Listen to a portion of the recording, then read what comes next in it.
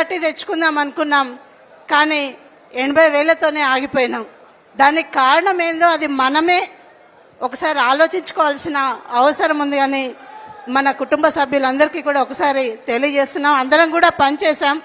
నిజంగా దానికి నిదర్శనమే మన మెదక్ జిల్లాలో ఎక్కువ సీట్లను తెచ్చుకున్న ఘనత, దానికి కారణమైన హరీష్ రావు గారికి మనందరం కూడా శుభాకాంక్షలు తెలియజేయాలి. మిగతా జిల్లాలతో పోల్చుకుంటే మన మెదక్ జిల్లా చాలా బెటర్ కనుక, అంటే హరీష్ రావు గారి యొక్క ఆలోచనల మేరకు మన సిద్దిపేటలో ఉన్న చాలా మంది నాయకులు పక్క నియోజకవర్గాలకి వెళ్ళి అక్కడ బాధ్యతలను తీసుకొని మండల బాధ్యతలు కానీ, అక్కడున్న నియోజకవర్గ బాధ్యతలు, ఇటు గజ్వేల్ కానీ ఇటు దుబ్బాక కానీ చాలా మంది మన నాయకులు అక్కడికి వెళ్ళి పనిచేసి అక్కడ కూడా గెలుపుకి కారణమైనాం. అదొక కారణమని నాకు అనిపిస్తుంది. ఇక్కడ అందరం పని చేసుకోలేకపోయినాం, కానీ మంచి మెజార్టీ వచ్చిందని మనందరం కూడా అనుకోవాలి. కానీ గెలిచిన ఎంతమంది ఎమ్మెల్యేలు గెలిచారో వాళ్ళందరికీ కూడా సంతోషం అనేది లేకుండా పోయింది. దానికి కారణం కూడా మనకు తెలుసు. మనం హ్యాట్రిక్ ముఖ్యమంత్రి కావాలని ఎక్కడికక్కడ అందరం కూడా పనిచేసాం. కానీ ప్రజల తీర్పును మనందరం కూడా శిరస వహించాలి. ప్రజలు మార్పును కోరుకున్నారు. ఆ మార్పుకి వాళ్ళకు తగినది కూడా ఇప్పుడు వాళ్ళందరూ కూడా ఆలోచిస్తున్నారు. ఎందుకు గెలిపించుకున్నామన్న ఆలోచన ప్రజల్లో ఈ 40 రోజులలోనే ఆలోచన అనేది స్టార్ట్ అయింది. వాళ్ళు 6 గ్యారంటీలతో వచ్చారు. కానీ అవన్నీ కూడా మనం గతంలో మన ప్రభుత్వం 10 సంవత్సరాలు చేసిన పనులనే వాళ్ళన్నీ కూడా అవి ఎట్లాగో నెరవేరేది లేదని ఆ 6 గ్యారంటీలు మనకున్న వాటికంటే కూడా ఎక్కువ చెప్పడం వల్ల ప్రజలు మోసపోయారేమో. ఇప్పుడు ప్రజలలో చర్చ కూడా స్టార్ట్ అయింది. నిజంగా ఆడవాళ్ళని కించపరిచే విధంగా ఈరోజు ఆడవాళ్ళకు మాత్రమే బస్సులలో ఫ్రీ టికెట్ ఎందుకు ఇవ్వాలి? మహిళలందరినీ కూడా ఆర్థికంగా నిలదొక్కునే విధంగా గత 9 ఏళ్లు కూడా మన టీఆర్ఎస్ ప్రభుత్వం ఏ మహిళ కూడా ఒక పైసా కోసం తన అన్ననో భర్తనో తండ్రినో ఒక 10 రూపాయలు అడిగే పరిస్థితి లేకుండా మన ప్రభుత్వం చేసింది గత 9 ఏళ్లలో. ఈరోజు ఫ్రీ బస్ ఎక్కవలసిన మహిళలకు అవసరం లేదని నేను భావిస్తున్నాను. మన తెలంగాణ మహిళలకు బస్ ఛార్జీలు పెట్టుకునే పరిస్థితిలో మన మహిళలు లేరని నేను భావిస్తున్నాను. అంటే ఎందుకంటే ఆర్థికంగా నిలదొక్కుకోవడానికి మహిళలు ఈరోజు ముందుకొచ్చారు. సమాజంలో సగభాగం ఉన్న మహిళల అభివృద్ధి కోసం, మహిళల చైతన్య కోసం మన ప్రభుత్వం పనిచేసింది. ఈ చిన్న ఫ్రీ బస్ అని చెప్పి పేద మహిళల్లో ఏదో ఒకటి చెలరేయించి ఈరోజు కొట్లాటలు కూడా పెట్టే పరిస్థితి. బస్ స్టాండ్కి పోవాలంటేనే, బస్ ఎక్కాలంటే ఈరోజు పురుషులు కానీ మహిళలు కానీ భయపడే రోజులు వచ్చాయి. ఈ విధంగా ఒక్క గ్యారంటీలోనే ఇన్ని అవకతవకలు ఉంటాయి. ఇంకా 6 గ్యారంటీలు అవన్నీ టోటల్ తీసుకుంటే మనందరం కూడా చూస్తున్నాం. రోజు 420 గ్యారంటీలు ఉన్నాయి. అవన్నీ వాళ్ళు నెరవేర్చే లోపే వాళ్ళ పుణ్యకాలం కాస్త పూర్తవుతుంది. ప్రజలందరూ కూడా ఆలోచిస్తున్నారు. దాన్ని అందరం కూడా మనం గమనించాలి. మన ప్రభుత్వంలో చేసిన పనులను మనం ప్రజల్లోకి ఇంకా కూడా తీసుకుపోవాల్సిన సమయం ఆసన్నమైంది. ఈరోజు స్థానిక సంస్థల్లో ఇంతకుముందు చెప్పిన పెద్దలందరూ కూడా మాట్లాడారు. స్థానిక సంస్థలలో ఉన్న వాళ్ళందరం కూడా మనమే ఉన్నాం కనుక ప్రజలతో మనం మమేకమై మనం చేసిన పనులను ఇంకా కూడా ప్రజల్లోకి తీసుకువెళ్ళి రాబోయే పార్లమెంట్ ఎన్నికల్లో మనం హరీష్ రావు గారి యొక్క ఆలోచనల మేరకు మనం పనిచేసి మన సిద్దిపేట సత్తా ఏందో చూపించాలి. మనలను చూసి మిగతా నియోజకవర్గాలు నేర్చుకుపోయే విధంగా ఒక మోడల్ నియోజకవర్గంగా తయారు చేశారు మన సిద్దిపేట నియోజకవర్గాన్ని. మనం ఒక ఆదర్శవంతమైన నియోజకవర్గంగా ఉంది కనుక దీన్ని ఇంకా ఇదే ముందుకు తీసుకువెళ్ళి రాబోయే రోజులలో కూడా ఏ ఎలక్షన్ వచ్చినా కూడా పడిలేసిన కెరటం లాగా కిందికి ఎంత మనం ఒక బంతిని ఎంత గట్టిగా కొడితే అంత పైకి లేస్తుంది. ఈ మార్పు అనేదాన్ని మనందరం కూడా పొందిపుచ్చుకొని మన అంత ఎక్కువ పనిచేయవలసిన అవసరం ఉంది. రాబోయే రోజులలో ఏ సర్పంచ్ ఎలక్షన్లు రాని, ఎంపీటీసీ ఎలక్షన్లు రాని, జెడ్పీటీసీ ఎలక్షన్స్ రాని, ముందుగా మన ముందున్న ఈరోజు ఎంపీ ఎలక్షన్స్ ఉన్నాయి. దీంట్లో కూడా మనందరం హరీష్ రావు గారి యొక్క సలహాలు సూచనల మేరకు మన గతంలో పనిచేసినట్టు ఇంకా ఒక అడుగు ముందుకు వేసి మన సిద్దిపేట నియోజకవర్గంలో ఎంపీ ఎలక్షన్లో కూడా మన ముందు వరుసలో అన్నిట్లలో కూడా ముందు వరుసలో ఉన్న మన సిద్దిపేట అదే స్థాయిలో పనిచేసి మన సత్తా ఏందో చూయించుకోవాల్సిన అవసరం ఉందని ఈ సందర్భంగా తెలియజేస్తూ, అందరం ఎదురు చూస్తున్న మన హరీష్ అన్న మాట్లాడే ముందు అందరం కూడా ఒకసారి మన శుభాకాంక్షలు తెలియజేసుకోవాల్సిన అవసరం ఉంది. కానీ అందరం కూడా చప్పట్లు కొట్టాలని కోరుకుంటున్నాం.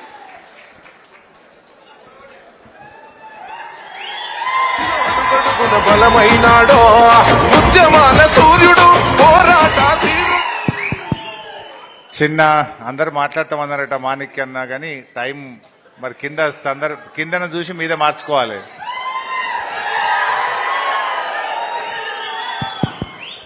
జై తెలంగాణ, జోహార్ తెలంగాణ, మన వీరులకు కేసీఆర్ గారి నాయకత్వం. జై తెలంగాణ.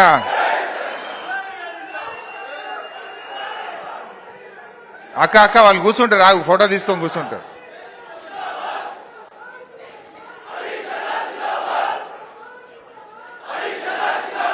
సభాధ్యక్షత వహిస్తున్న పెద్దలు గౌరవనీయులు రాజనర్స్ గారికి మరి పేర్లు తీసుకోవాలన్నా అందరు ఏమనుకోరు కదా.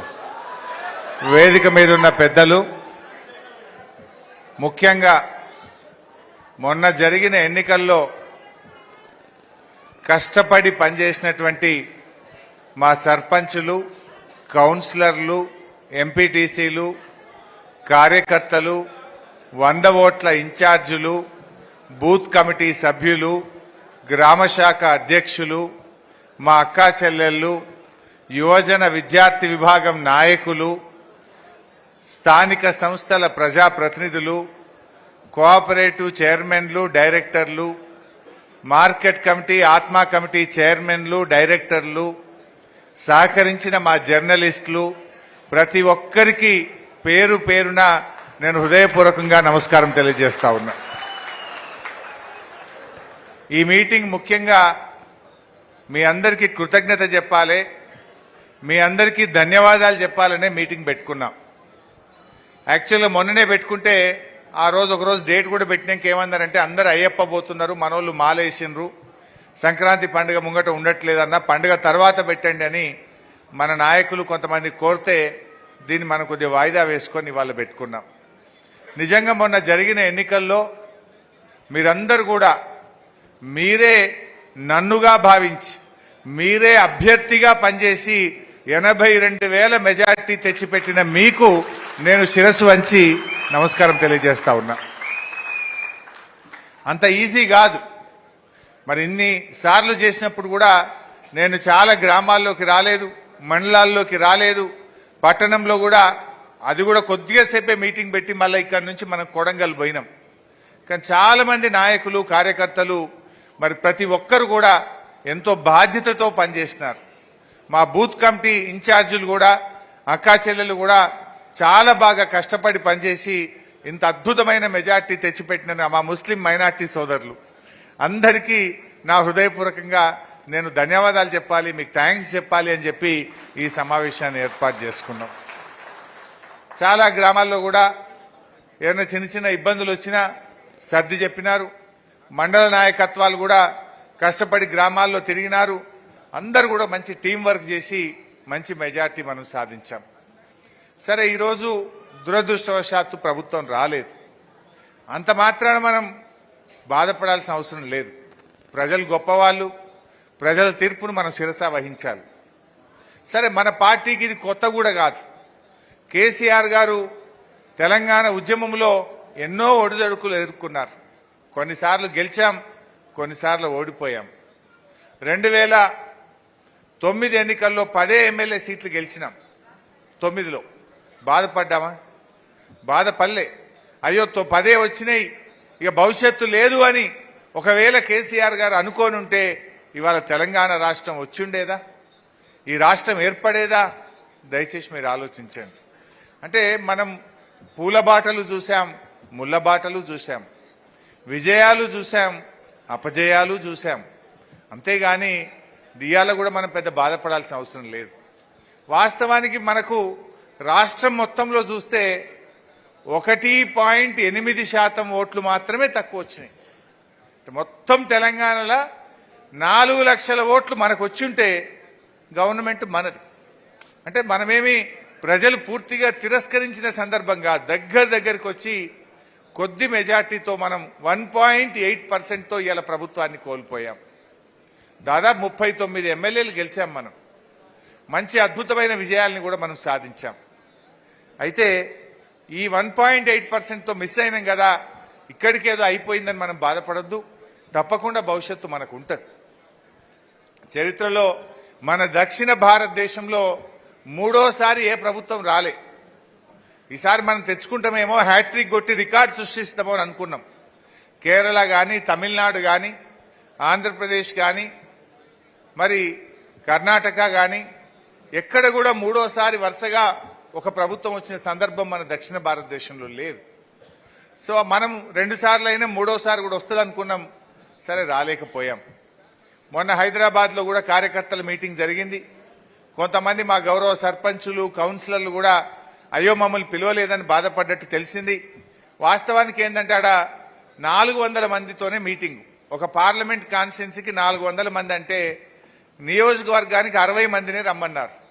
మరి 60 అన్నప్పుడు నా పరిస్థితి ఏంటంటే ఎవరిని కాదని లేనటువంటి పరిస్థితి. కొంతమంది ఏమో పిలవకుండా వచ్చింది. ఆ పిలవకుండా వచ్చిన వాళ్ళతో పంచాయతీ వచ్చింది. ఒక ఆయన పోయింది, దాన్ని విలువలేదని మీరు అనుకున్నారు. సో దాంతో ఎవరు కూడా బాధపడొద్దు. అయితే చాలా వివరాలు కూడా మాట్లాడుకున్నాం అక్కడ. చాలా విషయాలు కూడా చెప్పారు, రకరకాల సూచనలు కూడా వచ్చాయి. మనకు ఈ బంధులు కొంత ఇబ్బంది పెట్టిన ఈ దళిత బంధు, బీసీ బంధు మన పార్టీకి నష్టం చేసిందని కొంతమంది కార్యకర్తలు చెప్పారు. హౌసింగ్ ప్రోగ్రామ్ను ఇంకా కొంత ముందు స్టార్ట్ చేసి ఉండే, అది దాని విషయంలో కొంత నష్టం జరిగిందని చెప్పారు. ఇంక ఇట్లా రకరకాల మంచి సూచనలు వచ్చినాయి. మనము పనులు బాగా చేసినాం, అంత ఆన్లైన్ చేసినాం. ఓట్లకు పోయే వరకు నువ్వు ఇచ్చినావా, గవర్నమెంట్ ఇచ్చింది పో అంటారు వాళ్ళు. అది కార్యకర్త యొక్క, ఉద్యమకారుడి యొక్క కొంత గౌరవం పెంచేది ఉండే. 5 లక్షల రైతు బీమా వస్తే చక్కగా పోయి బ్యాంకులో పడ్డది. ఆ ఇచ్చిన పేరు మనది లేదు. వాడు కాంగ్రెస్ ఉత్త దరఖాస్తుకే పెద్ద వాళ్ళు పదవి లేని కార్యకర్తలు కూడా వచ్చి ఆడ నిలబడు పెద్ద సినిమా చూపిస్తున్నారు. మనం 5 లక్షలు చెక్ ఇస్తే కూడా కనీసం చెప్పుకోలేదు. అది చక్కగా పోయి బ్యాంకులో పడుడు, ఫోన్లు మోగుడు. రైతు బంధు 16,000 కోట్లు ఏడాదికి ఇస్తే అది కార్యకర్తకు తెలియదు, ఎవరికి తెలియదు. సీదా ఆడ కట్టుకొత్తుడు, ఇక్కడ బ్యాంకులో పడుడు, ఫోన్లు మోగుడు. అంటే మనం చేసింది కూడా కొంత చెప్పుకోలేకపోయినాం.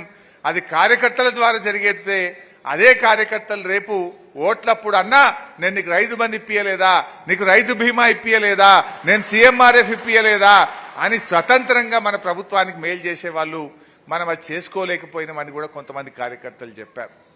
సరే, మనకేమో కష్టపడి తెచ్చుకున్న తెలంగాణ, పోరాటాలు చేసి తెచ్చుకున్న తెలంగాణ, ప్రజల ఆకాంక్షలు నెరవేర్చాలని తన్లాడి తొందరగా పనుల మీద దృష్టి పెట్టినాం కొద్దిగా. నిజంగా తెలంగాణ రాకముందు కరెంట్ ఏంది, ఇవాళ కరెంట్ ఏంది.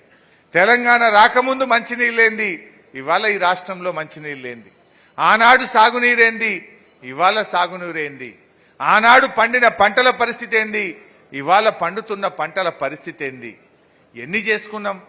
కానీ ఏంటంటే అబద్ధాలు ప్రచారం చేసిండ్రు. ఇలా కాంగ్రెస్ పార్టీ తీరెట్లుందంటే ఆనాడు ప్రచారంలో అబద్ధాలు, నేడు పాలనలో అసహనం. ఎవరన్నా అడిగితే ఏం మాట్లాడుతున్న వింటారు కదా. ఆనాడు ప్రచారంలోనేమో అన్ని గోబల్స్ ప్రచారం చేసిండ్రు. ఒక్కటి కాదుగా, ఏది మాట్లాడినా అబద్ధాలే. మొన్న అసెంబ్లీలో ఒకటి పట్టుకున్నా నేను ఉదాహరణకు. ఏవయ్యా మీరు ప్రగతి భవన్లో 150 బెడ్రూమ్లు ఉన్నాయంటివి, స్విమ్మింగ్ పూల్ ఉందన్నదంటివి, ఎందెందో చెప్పిర్రు కదరా భయ్ ఎలక్షన్లల్లా. ఇప్పుడు బట్టి విక్రమార్క గారు నువ్వే పోయి అందులో ఉంటున్నావు కదా, ఎన్ని ఉన్నాయో చెప్పవయ్యా ఇప్పుడు అని అడిగిన. నవ్వుతురు తప్ప లేచి మాట్లాడతలేరు. అంటే అబద్ధాలు చెప్పినామని వాళ్ళకి అర్థమైపోయింది. ఆనాడు దావోస్కు పోతే దండగా ఇది వేస్ట్ అన్నారు. మళ్ళీ ఇవాళ వాళ్ళే మనకంటే ముందుకిరు దావోస్కు. ఒక ఇండస్ట్రీస్ మినిస్టరే కాదు, ముఖ్యమంత్రి కూడా పోయిండు దావోస్కు. ఆనాడేమో మనం పోయి పెట్టుబడులు తెస్తే ఇదంతా ప్రచారం దండగా అన్నారు. మరి ఇప్పుడు మీరు చేస్తున్నది ఏంది, దండగనా మరి? అంటే ఇట్లా అనేక రకాల అబద్ధాలు చెప్పి వాళ్ళు అధికారంలోకి వచ్చారు. బట్ ఏది ఏమైనా నిజం నిలకడ మీద తెలుస్తుంది. ఏమైపోయింది, ఆ యూట్యూబ్ ఛానళ్ళు సగం కొంపముచ్చినాయి మనకు. ఆ ఊర్లలో ఒకటే ఫోన్లు చూసుడు, అది నిజమేందో అబద్ధమేందో కానీ దాని ప్రభావం కొంత వడిపాడైంది.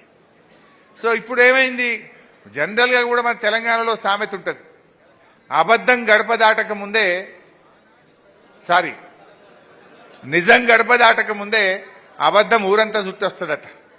మనం చేసిన మంచి పని మనం చెప్పుకోవడంలో వెనుకబడ్డాం, కానీ అబద్ధాలు మాత్రం ప్రచారంలో దూసుకుపోయినాయి. ఇవాళ అర్థమవుతుంది. నిజానికి మనం ఆలోచించండి, ఇదే సిద్దిపేట ప్రాంతం, మనం సిద్దిపేట కార్యకర్తలుగా మాట్లాడుకుందాం. ఎన్టీ రామారావు గారి నుంచి చంద్రబాబు నాయుడు, రాజశేఖర్ రెడ్డి గారు, రోషయ్య గారు, కిరణ్ కుమార్ రెడ్డి గారు, ఎంతో మంది ముఖ్యమంత్రులు మారిండ్రు. సిద్దిపేట జిల్లా కావాలంటే అయినా అదే.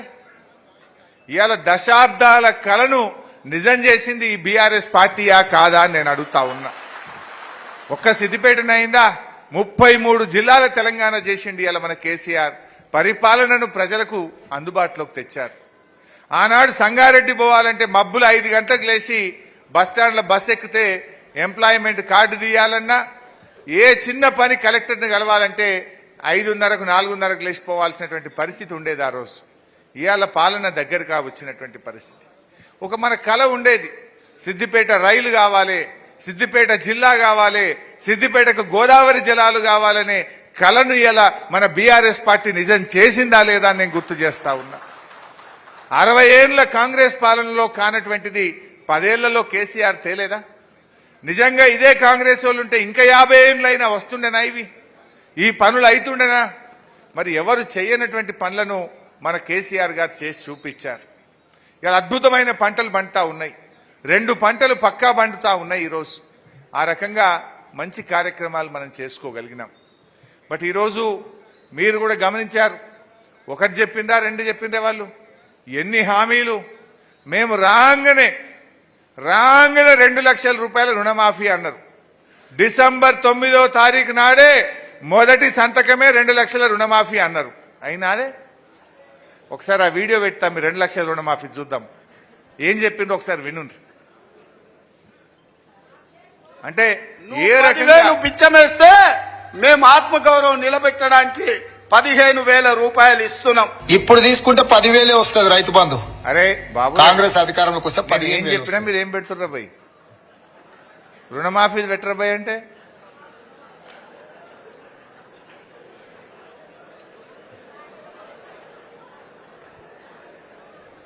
ఇవాళ రుణమాఫీ చేసిన వాళ్ళందరినీ నేను విజ్ఞప్తి చేస్తున్నా, ఎంబడే బ్యాంకు పోయి 2 లక్షలు తెచ్చుకోండి. డిసెంబర్ 9 నాడు నేను రాగానే మాఫీ చేస్తా. నేనేం చెప్తున్నా అంటే, రుణమాఫీ అయిన వాళ్ళందరూ ఎంబడే పోయి మళ్ళీ 2 లక్షల రుణం తెచ్చుకోరి. డిసెంబర్ 9 నాడు నేను అవి మాఫీ చేస్తా. కాబట్టి రైతులందరికీ నేను విజ్ఞప్తి చేస్తున్నా, ఎంబడే పోయి బ్యాంకు పోయి లోన్లు తెచ్చుకోరి, వచ్చిన ఎంబడే నేను రుణమాఫీ చేస్తా. డిసెంబర్ 9 నాడు 2 లక్షల రుణమాఫీ చేస్తా అన్నాడే. మరి ఇలా డిసెంబర్ జనవరి పోతుంది, ఇక ఫిబ్రవరిలో పడుతున్నాం. మరి అయిందా? అంటే ఏ రకంగా వాళ్ళు పచ్చి అబద్దాలు ఆడినరు, ప్రజల్ని మోసం చేసింది అనడానికి ఇది ఒక ఉదాహరణ. ఆ రోజు మనం రైతు బంద్ వేస్తాము అని బ్యాంకులో చెప్పినాం, మనం ప్రచారంలో చెప్పినాం. యాసంగి పంట రైతు బంధు పడుతుందంటే పోయినరు, ఎన్నికల కమిషన్ కంప్లైంట్ ఇచ్చి అది ఆపిండ్రు. రైతు బంద్ వేస్తామంటున్న వీళ్ళు ఆపాలని ఆపిండ్రు. అప్పుడే కాదు, ఇంకో మాట అన్నారు, ఏగో ఇప్పుడు వస్తే 10,000, మేము వచ్చినాక అయితే 15,000 వస్తాయి, మీకు ఎక్కువ పైసలు వస్తాయి అని మాట్లాడినరా లేదా? మరి పడ్డాయే 15,000? ఆ 15 దిక్కు లేదు, పడే 10 చక్కగా పడతలేవు. మన కేసీఆర్ ఉండగా కట్టుకొత్తుతే పొద్దుగా లేసే వరకు సగం ఊరంతా ఫోన్లు మోగుతుండే ఒకటే నాడు మొగలే. ఇవాళ ఏమైంది? ఆ 10,000 అన్న పడ్డాయా? ఒక్కసారి చూడండి ఏమన్నారు ఆ రోజు ఏమన్నారు? 10 కాదు 15 ఇస్తాము అన్నారు. 15,000 రూపాయలు ఇస్తున్నాం. ఇప్పుడు తీసుకుంటే 10,000 వస్తుంది రైతు బంధు. కాంగ్రెస్ అధికారంలోకి వస్తే 15,000 వస్తాయి. రైతు బంధు ఎత్తలేడు రేవంత్ రెడ్డి గారు. ఏమంటారు? చెప్పు తీసుకొని కొడతా ఇంకేవడన్నా మళ్ళా మాట అంటే ఈయన కాదు, కోమటిరెడ్డి వెంకటరెడ్డి కూడా అన్నాడు. అది ఉన్నా, అది రైతు బంధు పడతలేదు అని అడిగితే ఎంత అసహనం అంటే, రైతు బంధు అడతావురాను నేను చెప్పుతో కొడతా అంటుండు. ఇప్పుడు ఎవరిని కొట్టాలో ప్రజలు చెప్తారు 4 రోజులు అయితే.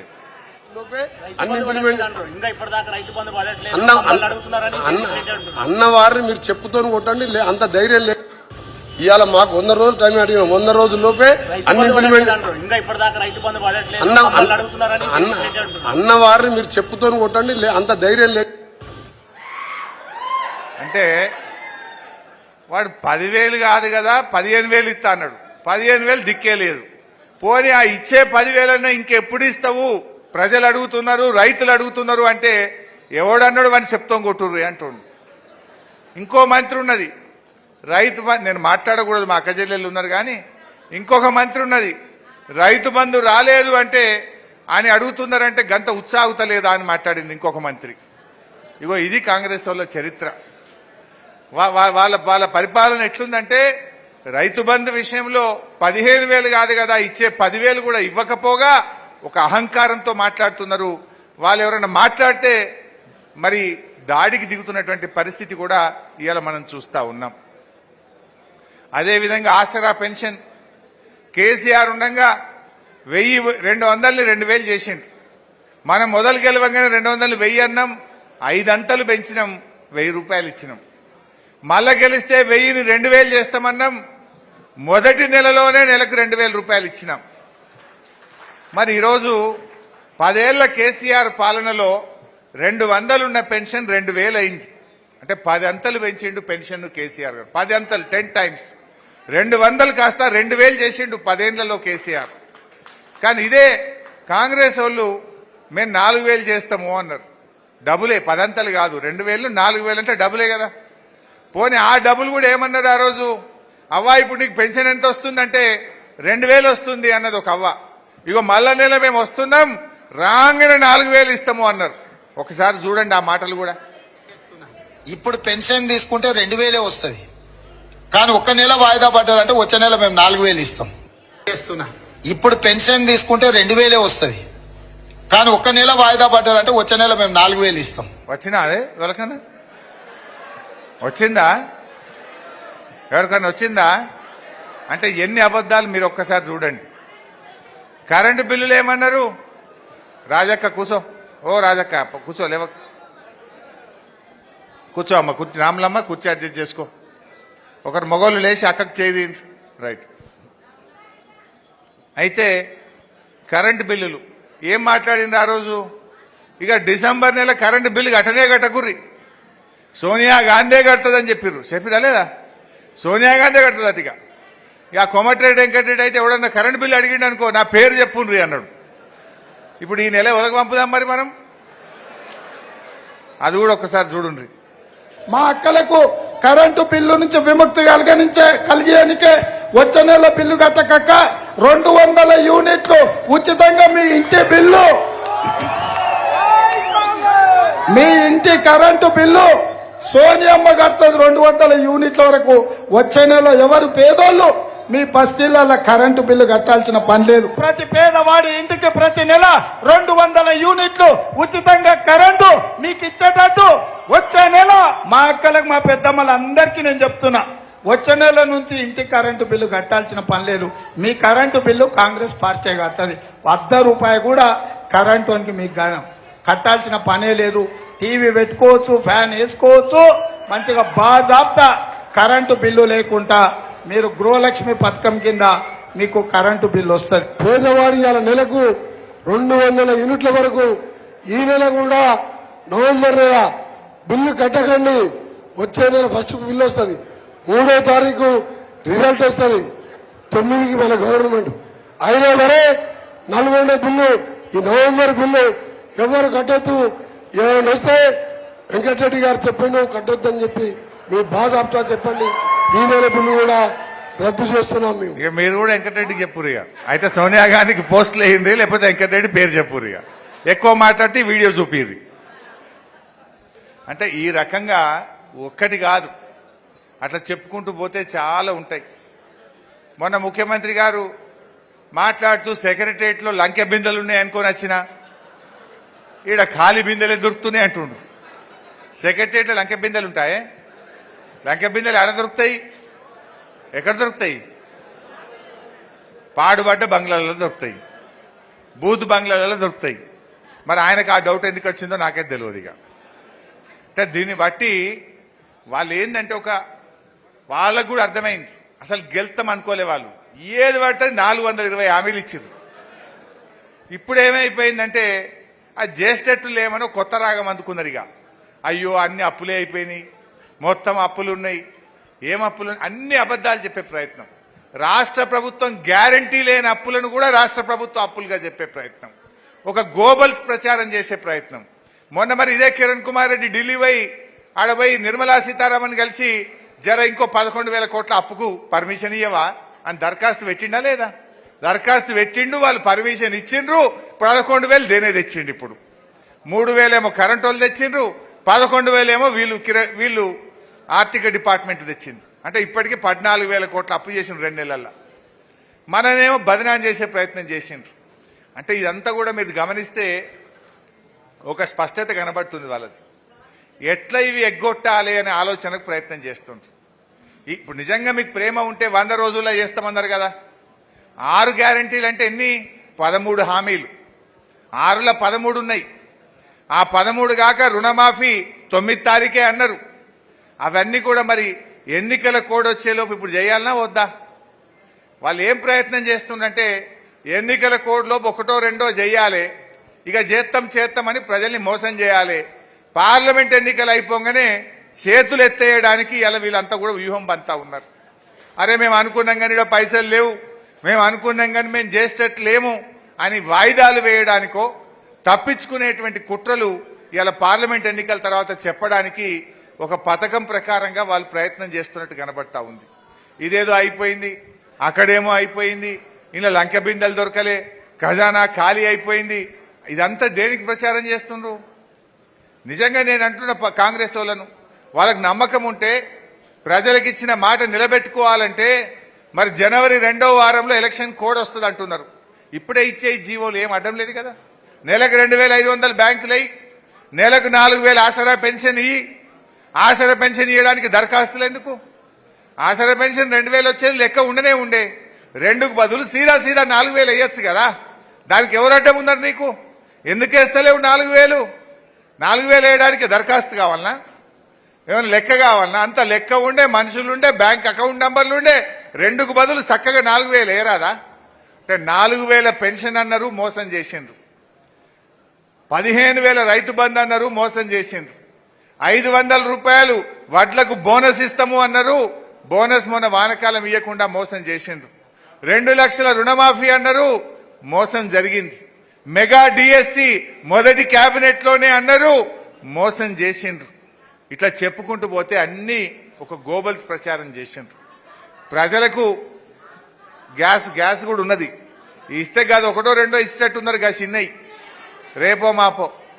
అయితే 2,500 ఇవ్వాలి కదా చెల్లే. మన రాష్ట్రంలో 18 ఏళ్ళు నిండిన వాళ్ళు 1,54,00,000 మంది అక్కా చెల్లెలు ఉన్నారు. గా 1,54,00,000కు నెలకు 2,500 వెయ్యి వేసి నీ మాటను మీరు చెప్పిన మాట నిలబెట్టుకుంటే మేము కూడా సంతోషపడతాం. మేము కూడా శభాష్ అంటాం నిన్ను. 1,54,00,000 మంది అక్క చెల్లెళ్లకు 2,500 వేస్తే నేను కూడా అయ్యో మంచి పని చేసిన రేవంత్ రెడ్డి శభాష్ అంట. నేను కూడా మరి ఇచ్చి మాట నిలబెట్టుకో. 2 లక్షల రుణమాఫీ ఈ ఎన్నికల్లోపే, పార్లమెంట్ ఎన్నికల కోడ్ వచ్చే లోపు 2 లక్షల రుణమాఫీ చేసి మాట నిలబెట్టుకోమని నేను డిమాండ్ చేస్తా ఉన్నా. పార్లమెంట్ ఎన్నికల కోడ్ వచ్చే లోపు ఈ నెల పెన్షన్, ఇప్పుడు మనం ఈ జనవరి నెల పెన్షన్ 4,000 రూపాయలు ఇచ్చి మాట నిలబెట్టుకో అని చెప్పి నేను డిమాండ్ చేస్తా ఉన్నా. అవి చేయను, మేము వద్దంటలేం, నువ్వు చెయ్యాలనే కోరుకుంటున్నాం, నువ్వు తొందరగా చేయాలని కోరుకుంటున్నాం, నువ్వు ప్రజలకు ఇచ్చిన మాట నిలబెట్టుకోవాలని కోరుకుంటున్నాం. నిలబెట్టుకోకపోతే ప్రజలే నిర్ణయిస్తారు కదా, జనం నిర్ణయించరా? ఇవాళ మనం రైతు బంధు ఎన్నికల కోసం చెప్పినామా? మనం ఎలక్షన్ల కోసం మేనిఫెస్టోలో చెప్పకపోయినా రైతు బంధు ఇచ్చాం, రైతు బీమా ఇచ్చాం, కళ్యాణ లక్ష్మి ఇచ్చాం, కేసీఆర్ కిట్ ఇచ్చాం. ఇవేవి ఎన్నికల్లో మనం మాట ఇయ్యలే. ఓట్ల ముందు చెప్పలే కళ్యాణ లక్ష్మి ఇస్తామని. వీళ్ళు చెప్పిర్రు తులం బంగారం అన్నారు. ఎడవే బంగారం రాదు బంగారం. మరి మనం ఓట్ల ముందు చెప్పలే కళ్యాణ లక్ష్మి. చెప్పకపోయినా 11 లక్షల పేదింటి ఆడపిల్లల పెళ్లిలకు లక్ష రూపాయలు ఇచ్చాం. మరి నీ తులం బంగారం ఎప్పుడు ఇస్తావు జల్దీ స్టార్ట్ చేయమని అడుగుతా ఉన్నాం మనం. అంటే ఇవన్నీ కూడా ప్రజలు గమనిస్తూ ఉన్నారు. నేను మీకు చెప్పే మాట ఒక్కటే, ఇంకా చాలా ఉన్నాయి. వాళ్ళకి చూస్తామంటే నిరుద్యోగ భృతి ఇస్తాం 4,000 అన్నారా లేదా? మొన్న నేను అసెంబ్లీలో అడిగిన, నిరుద్యోగ భృతి ఎప్పటి నుంచి ఇస్తారు అంటే మేమెక్కడ చెప్పినా మేము చెప్పలేదు అంటున్నాను. మీరు చూస్తారు, అది కూడా ఒకసారి పెట్టబోయి భృతి ఎప్పుడు ఇస్తారని అడుగుతా ఉన్నాడు మిత్రుడు. మేము నిరుద్యోగ భృతి 6 గ్యారంటీల్లో గానీ మేము దీంట్లో గానీ మేము చెప్పలేము. बेरोजगार युवाओं के लिए हर महीने 4,000 रुपए बेरोजगारी भत्ता हम कह रहे हैं देंगे. सर ఇది మీరు మళ్ళొకసారి కావాలంటే వెరిఫై చేసుకొని మాట్లాడండి. बेरोजगार युवाओं के लिए हर महीने 4,000 रुपए बेरोजगारी भत्ता हम कह रहे हैं देंगे. మేము నిరుద్యోగ భృతి 6 గ్యారంటీల్లో గానీ మేము దీంట్లో కానీ మేము చెప్పలేము. మేము నిరుద్యోగ వృత్తి 6 గ్యారంటీల్లో కానీ మేము దీంట్లో కానీ మేము చెప్పలేము. कि जल्दी से जल्दी अगर బంద్ सरकार చేయకండి. అట్లా చెప్తే ఇంకా చాలా ఉన్నాయి వాళ్ళవి. అసెంబ్లీలోనే చెప్పిండు మేము ఏడ చెప్పలేదు నిరుద్యోగ వృత్తి ఇస్తామని. వాళ్ళ మేనిఫెస్టోలో ఉన్నది. స్వయంగా ప్రియాంక గాంధీ చెప్పే మాట మీరే విన్నారు కదా ఇప్పుడు. అంటే ఎన్ని జూటా ఇడిచిపెడతామా వాళ్ళు. రేపు నిరుద్యోగ వృత్తి ఇచ్చేదాకా కూడా వీళ్ళ వెంట పడుడే. ఎక్కడ పోయినా మా నిరుద్యోగులు నిలదీస్తూనే ఉంటారు. మేము అసెంబ్లీలో కూడా నిలదీస్తాం. అంటే ఇప్పటికే బయటపడ్డది. 2 నెలల్లో ఎన్ని అబద్ధాలు చూసిండ్రు కదా ఇప్పుడు మీరు. ఎన్నిట్లలో వెనకడుగు వేసిండ్రు. ఇవన్నీ కూడా మనం చూస్తున్నాం. ఇదే విషయం మనం అడిగితే అసహనాన్ని వ్యక్తం చేస్తుంది. ఈ ఎదురు దాడికి దిగుతా ఉన్నారు. పరిపాలనలో ఉన్న వాళ్ళు, ప్రభుత్వంలో ఉన్న వాళ్ళు ఓపిక ఉండాలి, పెద్ద మనిషి లెక్క ఉండాలి, సహనం ఉండాలి, ప్రజలు అడిగేదానికి సమాధానం చెప్పాలి. ప్రతిపక్షం యొక్క బాధ్యతనే ప్రజల పక్షాన మాట్లాడడం. ప్రతిపక్షం అడిగితే ప్రతిపక్షాల మీద ఎదురుదాడి, ఎవరైనా లీడర్ మాట్లాడితే వాళ్ళ మీద ఎదురుదాడి. అంటే మీరు ఏంది బెదిరించదలుచుకున్నారా? ఈ బీఆర్ఎస్ పార్టీకి బెదిరింపులు కొత్త కాదు. ఇది తెలంగాణ ఉద్యమంలో పుట్టిన పార్టీ. కిరణ్ కుమార్ రెడ్డి, రాజశేఖర్ రెడ్డిలు, చంద్రబాబు నాయుడు ఎన్ని బెదిరింపులు బెదిరించినా వాటన్నిటిని తట్టుకొని తెలంగాణ సాధించినటువంటి గులాబీ జెండా, గులాబీ పార్టీ బీఆర్ఎస్ పార్టీ. నేను మిత్రులతో కూడా కోరేది ఏంటంటే ఈ విషయాల మీద కూడా ప్రజల్లో చర్చ పెట్టాలి. మా బూత్ లెవెల్ నాయకులు, గ్రామ నాయకులు, పట్టణ నాయకులు ఎక్కడికక్కడ మనం ప్రజల్లో చర్చ పెట్టి విషయాలు కూడా తీసుకుపోవాలి. మీరు కాళేశ్వరం గురించి కూడా దుష్ప్రచారం చేస్తుండ్రు. 1 ఎకరా వారిందా అన్నది వాళ్ళే. మొన్న కొండా సురేఖ గారు వచ్చి మనం కట్టిన ప్రాజెక్టుకు నీళ్లు ఇడిచి ఏం చెప్పిందే సిద్దిపేటలో చూసి రాలేదా మీరు? హైదరాబాద్ మేము ఎకరం బారలేదంటారు. రంగనాయక సార్ దగ్గర మంత్రి గారు వచ్చి నీళ్లు ఇడిచిపెట్టి 1,10,000 ఎకరాలకు నీళ్లు ఇస్తున్నా అన్నది. మరి ఒక్క రంగనాయక సాగరే గంతుంటే మీద మల్లన్న సాగర్ ఉండే, ఆడ కొండపోచమ్మ ఉండే, కిందికి అంతగిరి ఉండే, ఆ కింద మిడ్మానేరు ఉండే, ఆ కింద ఎల్లంపల్లి ఉండే, అన్ని కలిపి లెక్క తీస్తే ఎంత బారుతుందో లెక్క రాదా? అంటే ఏ రకంగా వాళ్ళు దుష్ప్రచారం చేస్తున్నారు మనం ఇలా ప్రజలకు చెప్పాల్సిన అవసరం ఉంది. ఇట్లా చెప్పుకుంటూ పోతే చాలా విషయాలు ఉన్నాయి. మనం సిద్దిపేట కార్యకర్తలు, సిద్దిపేట నాయకులు మీ గురించి నేను ఎంత చెప్పినా తక్కువే. తప్పకుండా నేను నా జీవితాంతం మీకోసం, మీ శ్రేయస్సు కోసం ఆ భగవంతుడిచ్చిన శక్తిని అంతా కూడా ఉపయోగిస్తా. తప్పకుండా కార్యకర్తల సంక్షేమం కోసం నా శాయశక్తులా మీ అందరికీ సేవ చేస్తా. ఇందాక రవీందర్ రెడ్డి అన్నది కూడా ఒక పాయింట్ ఆలోచించాలి. ఏంటిదంటే కొన్ని ఊర్లలో ఇప్పుడు సపోజ్ ఆ ఊరు పేరు తీసుకుంటే మళ్ళీ వాళ్ళకి పరిచయం, కానీ ఒక ఊరు ఏదన్నా ఒక ఊరు అనుకుందాం. ఆ ఊరు సపోజ్ మా ఎన్సాన్పల్లి, ఏమనుకుంటారులే మావాడు, మా ఎన్సాన్పల్లి ఉన్నది. ఇప్పుడు వాడు ఏమైంది, సర్పంచ్ సాబ్ ఒక బూత్ తీసుకున్నాడు, 2 ఎంపీటీసీలు మా అల్లమెల్లం ఒక బూత్ తీసుకున్నాడు, ఉన్నాడా? మనిషికి ఒక బూత్ తీసుకున్నారు. అంటే ఎగ్జాంపుల్ ఆడు ఏం ప్రశాంత్, మన పేరు చెప్పొద్దు నా పేరు చెప్పలేదు అంటాడు మళ్ళీ. ప్రశాంత్ గౌడ్ ఒక బూత్ తీసుకున్నాడు. ఎగ్జాంపుల్ అంటున్నారు, అక్కడ జరిగిందని అంటలేను, ఉదాహరణకు చెప్తున్నా, మళ్ళీ మీరు తప్పట్టుకునేది. ఏమైతుంది, అరే మా రవీందర్ గౌడ్కు సార్ దగ్గర మంచి పేరున్నది, జర్ర విన్ బూతులు తక్కువ వచ్చినట్టు చేస్తే విన్ని జర పంక్చర్ అవుతుంది అనుకుంటారు. లేదా ప్రశాంత్ గౌడ్ ఊకే వీడు సార్ దగ్గర పోతుండు, వీన్ బూతుల జర్రంత మెజార్టీ తగ్గితే హరీషన్న దగ్గర జర్ర వీడు పల్సగా అవుతాడని ఒక ప్రయత్నం. లేకపోతే మా అల్లమెల్లన్నకు సార్ బాగా గౌరవం ఇస్తుండు, ఎల్లమన్న ఇన్ఛార్జ్ ఉన్న బూతులో ఏమన్నా కొద్దిగా మెజార్టీ కమ్ అయితే ఎల్లమన్నని సార్ పక్కకు పెడతాడేమో. ఇట్లాంటివి కూడా కొన్ని జరుగుతున్నాయి అక్కడక్కడ. దయచేసి అట్లా అనుకోవద్దు. ఇప్పుడు గట్లే అయింది. కొంతమంది ఏమనుకున్నారంటే జర్ర మా ఎమ్మెల్యే మంచి లేడు కానీ ఈ ఎమ్మెల్యేని ఒడగొడదాం అనుకున్నాం కనుక కేసీఆర్ సార్ పోతాడు అనుకోలేదు అనుకున్నారట కొన్ని జాగాల. ఇప్పుడు ఏమైంది, అందరు ఎమ్మెల్యేలు పోతే కేసీఆర్ సార్ పోయింది. నాది కూడా గంతే అవుతుంది. మరి మీరు గట్లా చేస్తారంటే రేపు గట్లే అనుకుంటే ఇది కూడా గంతే అవుతుంది మరి. అందువల్ల దయచేసి పార్టీ అనేది ఒక తల్లి లాంటిది. మన మధ్య ఏదైనా భేదాభిప్రాయాలు ఉంటే కూర్చోవాలి, మాట్లాడుకోవాలి తప్ప మనలో మన భేదాభిప్రాయాలు అది పార్టీకి నష్టం చేకూర్చే విధంగా ఉండొద్దు. పార్టీ అనేటువంటిది ఉంటేనే మనందరికీ ఇంత గౌరవం ఉంటుంది. ఇవాళ ఎంతో మంది బాధపడుతున్న నా దగ్గరికి వచ్చి, అప్పుడు ఎల్ఓసి కావాలంటే గంట సేపట్లో తెచ్చి ఎల్ఓసి ఇచ్చిన. ఒక పేషెంట్ దవాఖానలో పడితే ఫోన్ ఎత్తి, అరే ఎల్ఓసి తర్వాత వస్తుందా, ఆపరేషన్ అయితే చేయి, మావోని మంచిగా చూసుకో అని చెప్పినాం. ఇవాళ పరిస్థితి ఉన్నదా? ఇలా పరిస్థితి ఇబ్బంది వస్తే ఇప్పుడు ఎంత నొప్పి అవుతుంది, కడుపుకు బాధ ఎంత అవుతుంది. అట్లా ఇవన్నీ కూడా రేపు ఇవాళ తన దాకా వస్తే తెలియదు అన్నట్టు ఇప్పుడు ఒకరొకరికి అర్థమవుతా ఉన్నది. సో మన సిద్దిపేటలో జరిగింది అంటలేను, బయట సంగతి చెప్తున్నా. కానీ మనం కూడా ఈ పట్టుదల పోనీయద్దు. ఇక మనం ఎక్కడ డీలా పడొద్దు. తప్పక సిద్దిపేటకు ఆ లక్షణమే లేదు. ఉద్యమంలో మనం ఎట్లా కొట్లాడినాం, రాష్ట్రంలో ఎక్కడ ఏ మూలల యాడ మీటింగ్ ఉన్నా మనమే పోయినాం, యాడ జంగ్ ఉన్నదన్నా మనమే పోయినాం, యాడ ధర్నా ఉన్నదన్నా మనమే పోయినాం, యాడ పోరాటం ఉన్నదన్నా మనమే పోయినాం. రేపు కూడా అట్లనే పనిచేయాలి. గతంలో కూడా మనం అనేక రకాలుగా ఉద్యమానికి బీఆర్ఎస్ పార్టీకి అండదండలు ఇచ్చిండ్రు మన సిద్దిపేట కార్యకర్తలు, మన నాయకులు. ఎంపీ ఎన్నికల్లో ఒకసారి మెదక్ పార్లమెంట్ ఎన్నికల్లో సిద్దిపేట మెజార్టీతోని మిగతా 4-5 సీట్లలో మైనస్ వచ్చిన మెదక్ ఎంపీని గెలిపించిన ఘనత కూడా మా కార్యకర్తలకు, మా నాయకులకే దక్కింది. సో రేపు కూడా నా రిక్వెస్ట్ ఏంటంటే మళ్ళా పార్లమెంట్ ఎన్నికలు ఎప్పుడు వచ్చినా కూడా మన సిద్దిపేటలో మనకు వచ్చిన మెజార్టీ కంటే ఒక ఓటు ఎక్కువ రావాలి తప్ప తక్కువ రాకుండా మనం చూసుకోవాలి. ఇవాళ ఇంకా బీజేపీ అనో ఇంకో పార్టీ అనో వస్తుంటారు. ఇవాళ తెలంగాణ ప్రయోజనాలు కాపాడేది కాంగ్రెస్ బీజేపీ కాదు, బీఆర్ఎస్ పార్టీ మాత్రమే తెలంగాణ హక్కులు కాపాడగలుగుతుంది, తెలంగాణ ప్రయోజనాలు నిలబెట్టగలుగుతుంది. వస్తారు. ఇప్పుడు బీజేపీ వాళ్ళు కూడా పోయినసారి బండి సంజయ్ గారు కరీంనగర్లో గెలిచారు. ఏమన్నా ₹1 పని తెచ్చినాడే, ఒక ప్రాజెక్టు తెచ్చినాడే ఢిల్లీకి వెళ్ళి. కరీంనగర్కి ఆయన చేసిన మేలు ఏమన్నా ఉన్నదా అంటే వాళ్ళు మాటలు చెప్తారు తప్ప చేతల్లో ప్రజలకు చేయగలిగేది ఏమి ఉండదు.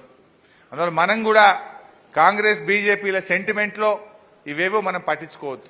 గల్లీలు ఎవడున్నా, ఢిల్లీలు ఎవడున్నా, మా ఎంపీ మాత్రం మా కోసం కష్టపడేటోడు, మా కోసం కొట్లాడేటోడు, తెలంగాణ గొంతు వినిపించేటోడే మన ఎంపీ ఉండాలి అనే విధంగా కూడా మనం గట్టిగా పనిచేసుకోవాల్సిన అవసరం ఉంది.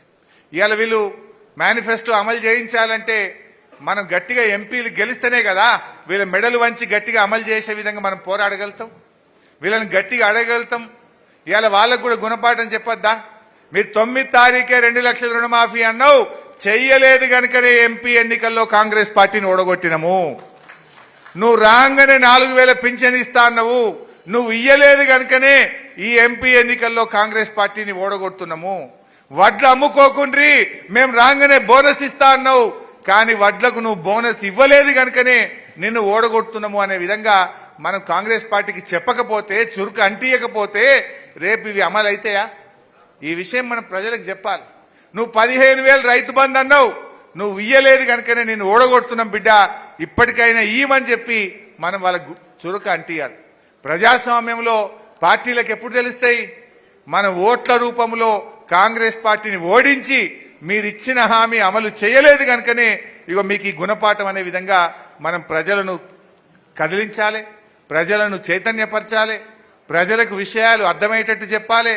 అద్భుతంగా మళ్ళీ మనం ఎంపీ ఎన్నికల్లో పార్టీ ఎవరిని నిర్ణయించినా మంచి మెజార్టీతో మనం గెలిపించడం కోసం అందరం కూడా కృషి చేయాల్సిన అవసరం ఉంది. దయచేసి ఇది ఎంపీ ఎన్నిక హరీష్ అన్నది కాదు, మనది కాదు అని అనుకోవద్దు. ఎంపీ మనోడైతే సంవత్సరానికి 5 కోట్ల ఎంపీ ఫండ్ ఉండదా? మన కోసం రేపు సిద్దిపేట నుంచి బెంగళూరు రైలు వేయాలంటున్నాం, సిద్దిపేటకి వెళ్ళి తిరుపతి రైలు వేయాలంటున్నాం. మన ఎంపీ ఉంటే గట్టిగా కొట్లాడి వేయిస్తాడా, వేయించడా? అందువల్ల మన సిద్దిపేట మీద ప్రేమ మన గులాబీ జెండాలకు ఉంటుంది, ఈ మెదక్ ఎంపీ మీద ఉంటుంది తప్ప ఇంకెవరికో ఉండదు. అందువల్ల కార్యకర్తలు, నాయకులు జాగ్రత్తగా అందరం కూడా కలిసి పనిచేద్దాం. రేపు స్థానిక సంస్థల ఎన్నికలు వచ్చినప్పుడు మీకు రేపు కౌన్సిలర్లుగా, సర్పంచులుగా, ఎంపీటీసీలుగా, జడ్పీటీసీలుగా మీరు నిలబడ్డప్పుడు కూడా నేను మీకోసం ప్రతి గ్రామం తిరుగుతా, మిమ్మల్ని అందరినీ కూడా కష్టపడ్డ వాళ్ళని గెలిపించుకుంటా అని చెప్పి మనం చేస్తా ఉన్నాం. పోయినసారి కౌన్సిలర్ ఎన్నికలు వస్తే గల్లీ తిరిగిన సిద్దిపేటలో మా కౌన్సిలర్ల కోసం గల్లీ తిరిగి అద్భుతంగా కష్టపడ్డ కౌన్సిలర్లందరినీ పోయినసారి మేము గెలిపించుకున్నాం. అట్లే రేపు మీ ఎంపీటీసీ, సర్పంచ్ ఎన్నికల్లో కూడా మీకోసం కష్టపడతాం, తప్పకుండా కార్యకర్తల్ని కాపాడుకుంటామని చెప్పి కూడా మనం చేస్తా ఉన్నాం. విద్యార్థి విభాగం, యోజన విభాగం తమ్ముళ్ళు బాగా పనిచేసినారు. సోషల్ మీడియాలో యాక్టివ్గా ఉండండి, వాళ్ళ దుష్ప్రచారాలను గట్టిగా తిప్పికొట్టే విధంగా విద్యార్థి యోజన విభాగాలు మరింత క్రియాశీలకంగా పనిచేయాలని చెప్పి కూడా నేను మీ అందరినీ కోరుతా ఉన్నా. మా తమ్ముడు సాయిరాం మాట్లాడుతూ మొన్న ఎన్నికల్లో హైయెస్ట్ మెజార్టీ ఇచ్చిన బూతులను నువ్వు టూర్ పంపిస్తానో జల్దీ పంపించాలని అడిగిండు. సో నాకు తెలిసి ఆ బూతులేవో మీ మండలాల వారీగా లెక్కలు ఉన్నాయి ఆల్రెడీ. నా రిక్వెస్ట్ మండల పార్టీ అధ్యక్షులు, మా పట్టణ అధ్యక్షుడు సంపత్ రెడ్డి గారు, మీరే ఎవరి మండలంలో వాళ్ళు ఎక్కడికి పోతారో ఫైనల్ చేయండి. నేను ఇచ్చిన మాట తప్పను. హైయెస్ట్ మెజార్టీ వచ్చిన 1, 2, 3 హైయెస్ట్ మెజార్టీ ఇచ్చిన 1, 2, 3 బూతులు ఏవైతున్నాయో ఆ బూత్ సభ్యులు వాళ్ళు మీరు ఎక్కడికి పోతారో, తిరుపతి పోతారా, శ్రీశైలం పోతారా, మరి ఎక్కడికి పోతారో మీరు కాదా? సరే, మీరు కోరుకున్న కాడికి మీ మండల పార్టీ అధ్యక్షుడు లింగం ఉన్నాడు, బాధ్యత పెడుతున్నా. దయచేసి వాళ్ళు తోలుకొని పోతారు, మీ ఇష్టమున్న కాడికి పోండి. నేను మాట ఇచ్చిన మాట ప్రకారం పోయి రండి, దాని ఏర్పాట్లు కూడా చేసుకుంటాం. మరి ఇవాళ కరెంటు విషయంలో నేను నిన్న కరెంట్ ఏఈలతో మాట్లాడిన, కొద్దిసేపు రివ్యూ చేసిన. 24 గంటల కరెంట్ ఇస్తామన్నారు. రోజు సాయంత్రం 5 గంటల 45 నిమిషాల కరెంటు పోతుంది, 3 ఫేజ్ కరెంట్. 5:30 పావుదక్కారుకు పోతుంది.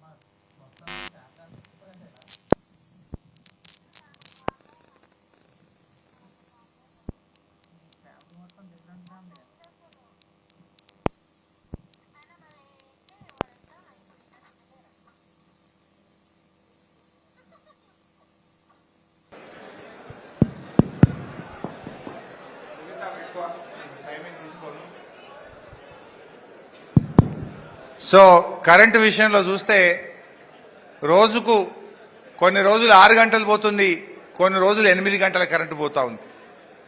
రాత్రిపూట 6 గంటలు తీసేస్తుండ్రు, పొద్దున పూట 2 గంటలు కరెంట్ తీసేస్తా ఉండ్రు రైతులకు, వ్యవసాయానికి.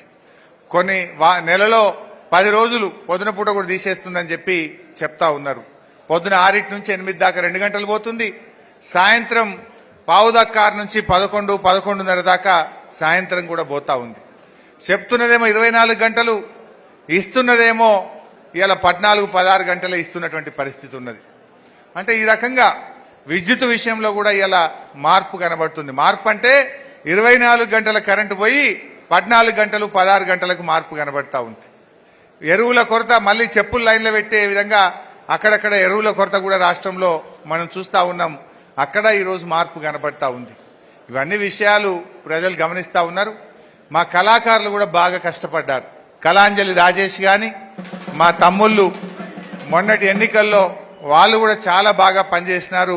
కళాకారులకు కూడా నా హృదయపూర్వకమైనటువంటి కృతజ్ఞతలు, ధన్యవాదాలు తెలియజేస్తా ఉన్నా. మా సిద్దిపేట జర్నలిస్టులు కూడా, మా సిద్దిపేట ఎప్పుడూ అగ్రభాగాన ఉండాలని మా సిద్దిపేట జర్నలిస్టులు కూడా ఎంతో గొప్పగా మాకు సహకరించారు. మేనేజ్మెంట్లు సహకరించకపోయినా స్థానిక విలేకరులు సహకరించినారు.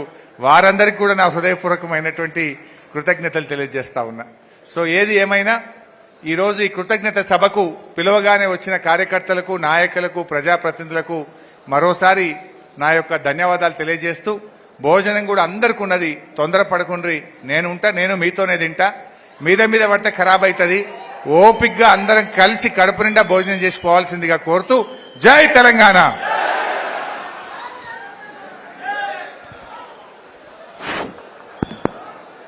మీద పడకూలు కొంచెం మా గ్రామ కమిటీ వాళ్ళు, ఆ సర్పంచ్, ఎంపీటీసీ వాళ్ళందరూ కూడా ఎవరి గ్రామం వాళ్ళు వాళ్ళకి విప్పాలి. సీనియర్ లీడర్లు కొంచెం భోజనం పెట్టే కాడ నిలబడాలి. మీరు కొద్దిగా మీద పడకుండా కొంచెం లేటుగా వెళ్ళి ఒకేసారి పోకండి.